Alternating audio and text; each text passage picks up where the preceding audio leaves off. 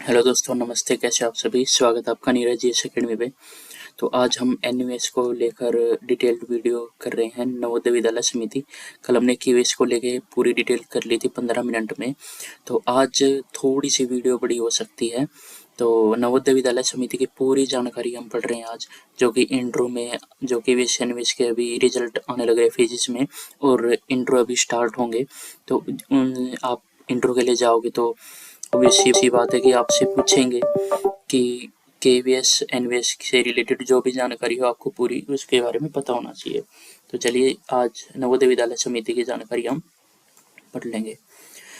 तो इस्टेब्लिश नवोदय विद्यालय समिति के जो है ना, इस्टेब्लिश 1985 और 1986 में मिनिस्ट्री ऑफ एजुकेशन के अंडर हुई थी, ठीक है ना। यानी शिक्षा मंत्रालय के अंतर्गत 1985 एंड 1986 में स्थापित हुई थी और भारत सरकार के अधीन है। ये एक स्वायत्त संगठन यानी एक ऑर्गेनाइजेशन जो गवर्नमेंट ऑफ इंडिया के अंडर काम करता है, ठीक है।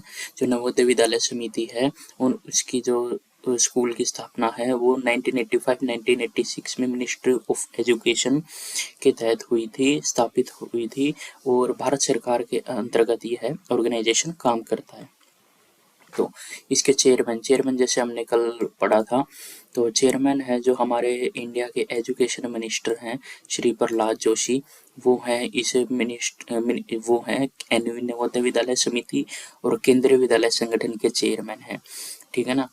ये है क्योंकि पहले जो थे श्री धर्मेंद्र प्रधान थे, तो उन्होंने इस्तीफा दे दिया। उसके बाद ये श्री प्रहलाद जोशी हैं, ये मिनिस्ट्री ऑफ एजुकेशन के मिनिस्टर हैं और यही एनवीएस और केवीएस के चेयरमैन हैं, ठीक है। तो ये भी सीबीएसई का करिकुलम ही फॉलो करता है जो कि केवीएस भी फॉलो करता है, ठीक है ना। इसमें को करिकुलर एक्टिविटीज है। इसमें क्या है ना कि बच्चों को स्पोर्ट्स में भी, फिटनेस में, विजुअल आर्ट में, जैसे डांस हो गया, म्यूजिक हो गया, और पेंटिंग, आर्ट एंड क्राफ्ट, ठीक है ना, इस तरह के यानी एकेडमिक क्लब्स में। जैसे कल भी क्लब का जो क्लब आया था उसमें केवीएस में भी, इसमें क्या होता है ना, डिबेट होती है, क्विज होती है, ठीक है। और क्रिटिकल यानी बच्चों को रचनात्मक सोच विकसित की जाती है। Technology, coding, leadership, team work, volunteer, social responsibility, ये सभी जो है को करिकुलर एक्टिविटीज में आता है। यानी बच्चों का पूरी यानी फिटनेस, स्पोर्ट्स, पढ़ाई, सामाजिक और टेक्नोलॉजी का भी इनमें ज्ञान दिया जाता है। तो अब है एनवीएस नवोदय विद्यालय समिति का मोटो, मूल मंत्र क्या है? इसका है प्रज्ञानम ब्रह्मा। इसका जो है इसका मतलब है नॉलेज इज सुप्रीम, यानी ज्ञान ही सर्वोपरि है। इसके जो हम पढ़ते हैं जो ज्ञान है वही सबसे ऊपर है, यानी नॉलेज इज सुप्रीम, ठीक है। ये जो है ना, ये आप नवोदय विद्यालय समिति का मोटो है, प्रज्ञानम ब्रह्म। तो इसके एलिमेंट्स ऑफ लोगो यानी प्रतीक चिन्ह के तत्व, यानी इसके क्या क्या तत्व है, यानी ओपन बुक है। आप देख सकते हैं कि यानी जो ये ना बुक ओपन है, ओपन बुक है। और राइजिंग सन, सन जो है राइज हो रहा है। और ये सन जो राइज हो रहा है ना, ये है ना उज्ज्वल भविष्य, यानी बच्चों के ब्राइट फ्यूचर से हम इसको रिलेट करते हैं। यानी बच्चों का ब्राइट फ्यूचर है, जैसे सूरज उगता है, राइजिंग सन होता है, तो बच्चों का ब्राइट फ्यूचर से हम इसको रिलेट करते हैं। और ओपन बुक जो है शिक्षा के लिए है। और इसमें क्या है ना, इसमें ग्रामीण बच्चों को टेक्नोलॉजी और आधुनिक गुणवत्ता है, इस तरह की इसमें पूर्ति की जाती है। अब देखो क्या था, देखो इसमें क्या होता है कि बच्चों को ग्रामीण बच्चों को टेक्नोलॉजी से भरपूर किया जाता है। आधुनिक और गुणवत्तापूर्ण शिक्षा प्रदान करना इनका नवोदय विद्यालय समिति का मूल लक्ष्य होता है। ओके, अब है हाउसेस। हाउसेस जैसे हमने केवीएस में पढ़े थे ना, वही है। शिवाजी जिसका कलर रेड है, ठीक है, और ये जो है ब्रेवरी और लीडरशिप का प्रतीक है। ओके, अशोका हाउस जिसका कलर ब्लू है, जिसको हम पीस एंड डिसिप्लिन मानते हैं। ओके, रमन हाउस जिसका कलर ग्रीन है, जिसको हम साइंस एंड इनोवेशन। और टैगोर हाउस जिसका कलर येलो है, जिसको हम creative and creativity and art के उसमें मानते हैं। देखो, रेड कलर जो होता है ना, ब्रेवरी और लीडरशिप का प्रतीक होता है, जो कि शिवाजी हाउस है। और ब्लू कलर जो होता है पीसफुल एंड डिसिप्लिन, शांति और अनुशासन का प्रतीक होता है ब्लू कलर, जिसको हम अशोक हाउस कहते हैं। और ग्रीन कलर जो होता है ना, साइंस, इनोवेशन, इन्वायरमेंट, विज्ञान, नवाचार, इनसे रिलेटेड होता है, जो कि रमन हाउस है। और येलो कलर जो है क्रिएटिविटी, आर्ट, रचनात्मकता और कला से रिलेट है, जो है टैगोर हाउस है। ठीक है। अब है कि नवोदय विद्यालय समिति के एम यानी क्या उद्देश्य है इसका। इसका है यानी प्रभावशाली ग्रामीण बच्चों को गुणवत्तापूर्ण शिक्षा प्रदान करना। यानी जो बच्चे हैं ना ग्रामीण, ये जो नवोदय विद्यालय जो स्कूल हैं ज़्यादातर ग्रामीण परिवेश यानी गांव के इलाकों में, रूरल एरियाज में आपको नवोदय विद्यालय समिति के स्कूल मिलेंगे। तो इनमें क्या है ना कि बच्चों को टेक्नोलॉजी, टेक्निकल एजुकेशन देना, एआई, कंप्यूटर, डिजिटल बोर्ड, यानी इन सभी की जो कमी पूरी करना।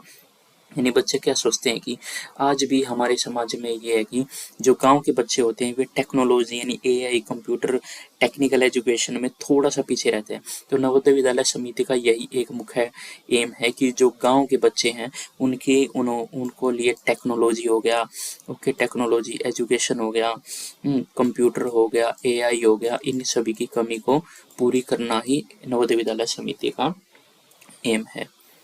ठीक है। इसमें एक नवोदय विद्यालय समिति में एक माइग्रेशन पॉलिसी है। माइग्रेशन पॉलिसी क्या है कि देखो, around 30% of student from 9 for class 9th are migrated.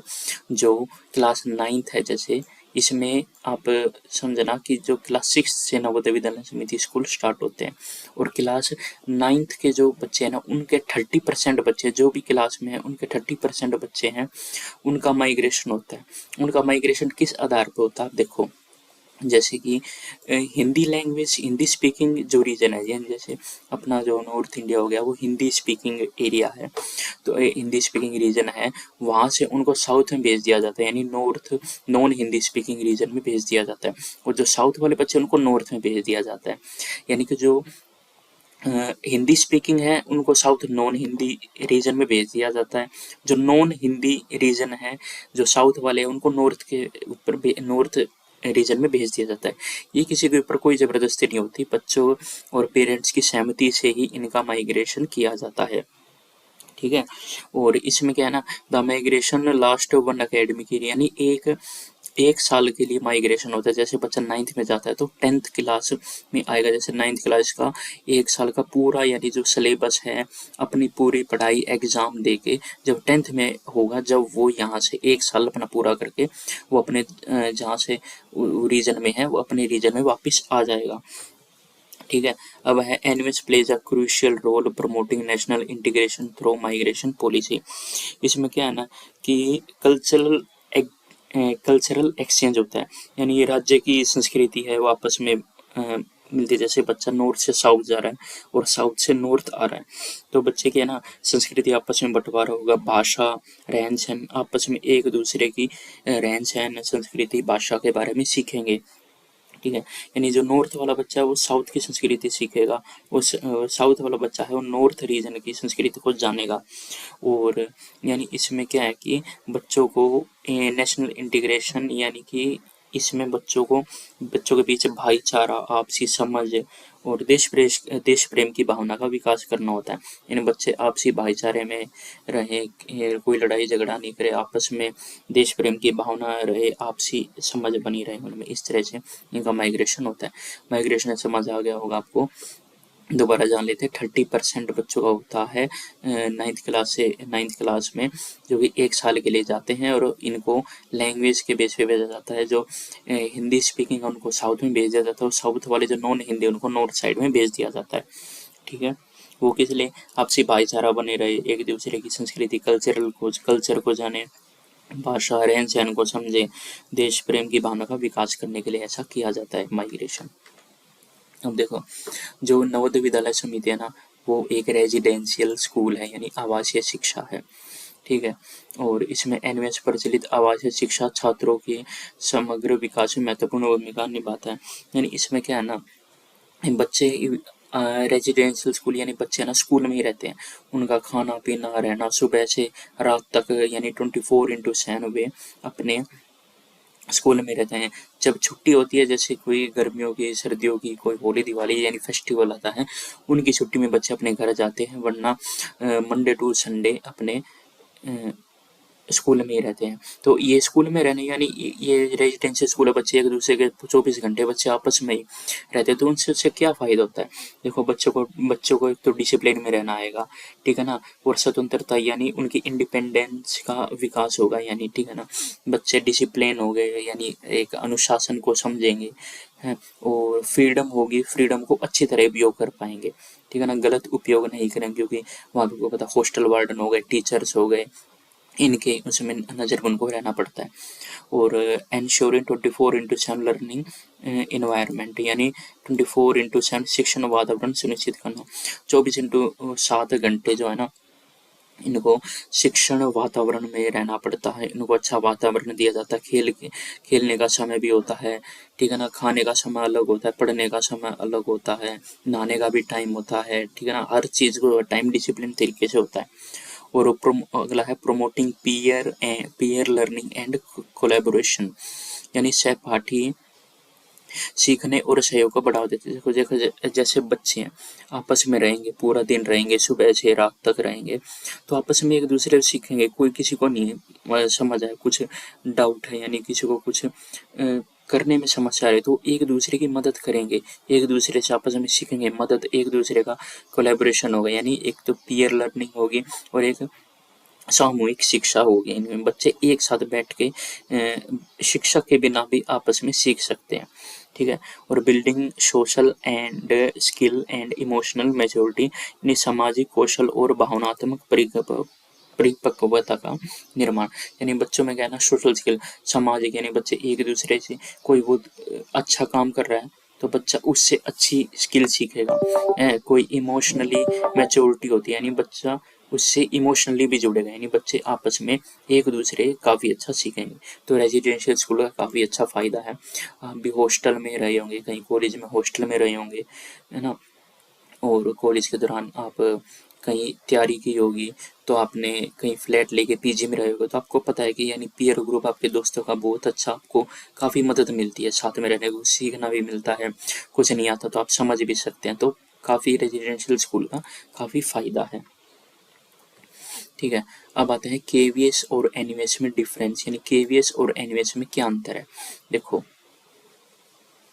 इसमें क्या है ना, for children of transferable government employ, यानी ये अजय सिकल बताया था कि जो ये गवर्नमेंट जो एम्प्लॉय है उनका ट्रांसफ़र होता है, जैसे कोई आर्मी पर्सन है, सेंट्रल गवर्नमेंट एम्प्लॉय है, तो उनका ट्रांसफ़र आज जैसे दिल्ली है, कल उनका ट्रांसफ़र बेंगलोर हो गया, चेन्नई हो जाए, गुजरात हो जाए, तो उनके बच्चों की शिक्षा पर कोई गलत असर ना पड़े या उनका सिलेबस ना छूटे, तो केवीएस एक पूरा एक करिकुलम ही फॉलो करता है। यानी जैसे कि आज यहाँ दिल्ली में इस वीक में 6th क्लास की एनसीईआरटी का चैप्टर 6 चल रहा है, तो बेंगलोर में भी यही करिकुलम, यही जो वीक में यही चैप्टर फॉलो होगा।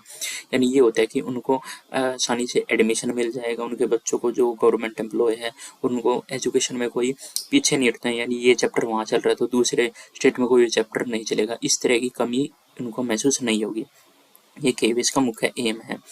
और जो एनवीएस है वो टैलेंटेड रूरल चिल्ड्रन यानी गांव वाले बच्चे हैं उनके लिए ये है, टैलेंटेड बच्चों के लिए नवोदय विद्यालय समिति का जो स्कूल है वे स्थापित किए गए थे, यानी जो गांव के बच्चे हैं ना टैलेंटेड, उनको अच्छी शिक्षा मिल सके, उनको शिक्षा के लिए कोई अभाव ना हो, इस तरह से स्कूल किया था। और केंद्रीय विद्यालय जो स्कूल है ना, वो डे स्कूल है, यानी मोस्टली डे स्कूल होते हैं, यानी सुबह जाते हैं 7-8 बजे का स्कूल और 2-2:30 बजे, ये 2-2:30 बजे छुट्टी होती है तो अपने घर पे आ जाते हैं, ठीक है। और जो नवोदय विद्यालय समिति एनवीएस के फुल रेजिडेंशियल स्कूल, हमने पिछली स्लाइड में देखा था कि जो रेजिडेंशियल स्कूल है वहाँ 24/7 उनको वहीं रहना पड़ता है, केवल सर्दी गर्मी कोई फेस्टिवल है वहीं छुट्टी है तो उनको वहीं उस दौरान उनको छुट्टी मिलती है, वरना वहीं रहते हैं, ठीक है ना। और केवीएस में बिल्कुल नॉमिनल सी फीस होती है, जैसे आप गवर्नमेंट स्कूल में देखते हो नॉमिनल सी फीस होती है, बिल्कुल कम।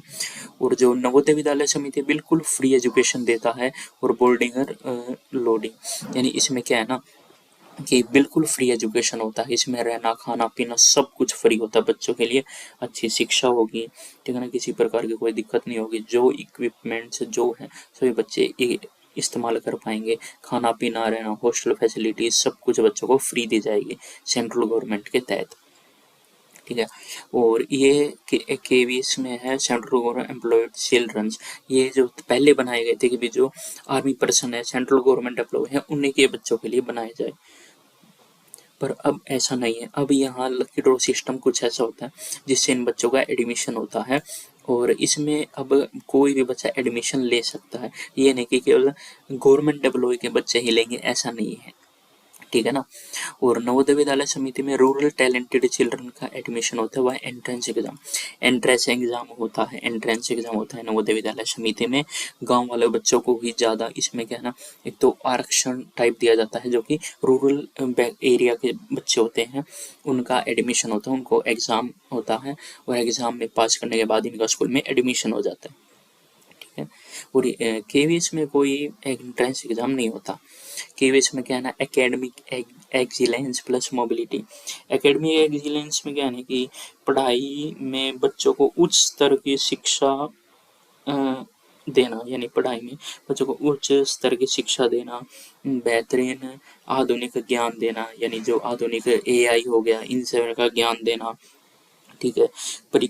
परीक्षा हो गई और सीखने की प्रक्रिया को बेहतर बनाए। जो भी परीक्षा हो गई एग्जाम हो गई, जो भी बच्चे सीखेंगे उसकी प्रक्रिया को आसान बनाना, ये होता है।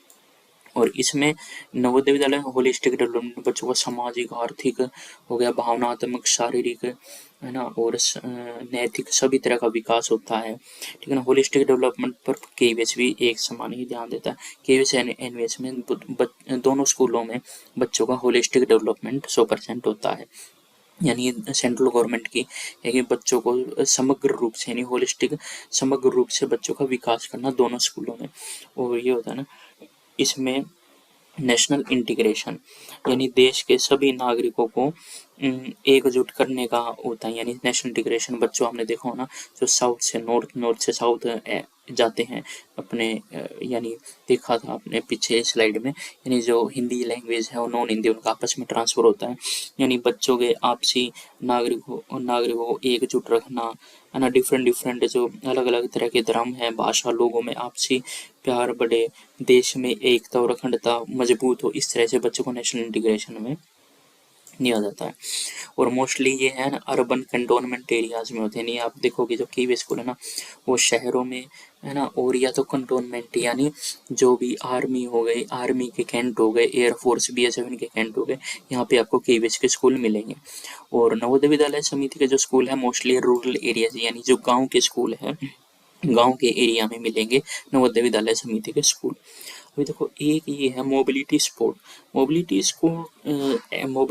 स्पोर्ट में पता क्या होता है, इसमें होता है कि छात्रों की शिक्षा, छात्रों और शिक्षकों की ताकत को बढ़ाना, यानी जो स्टूडेंट हैं और टीचर हैं उनकी जो ताकत है उनको बढ़ाना, एकजुट करना और जरूरी संसाधन है उनको उपलब्ध कराना, और उनको जो भी जिस तरह की उनको मदद चाहिए उनको उपलब्ध कराना, स्टूडेंट को भी और टीचर को भी।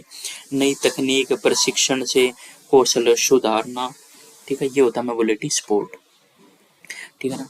तो ये था हमारा केवीएस और एनवीएस, हमने दोनों कंप्लीट कर लिए। कल केवीएस किया था, आज एनवीएस कर दिया। आगे जो वीडियो आएंगी हम उनमें क्या करेंगे, जो भी इंटरव्यू के लिए प्रीवियस ईयर में क्वेश्चन पूछे गए हैं, इंटरव्यू में प्रीवियस ईयर में केवीएस एनवीएस से संबंधित क्वेश्चन पूछे गए हैं वो हम कंप्लीट करेंगे, और जो भी आपसे पूछे जाएंगे वो हम कंप्लीट करेंगे।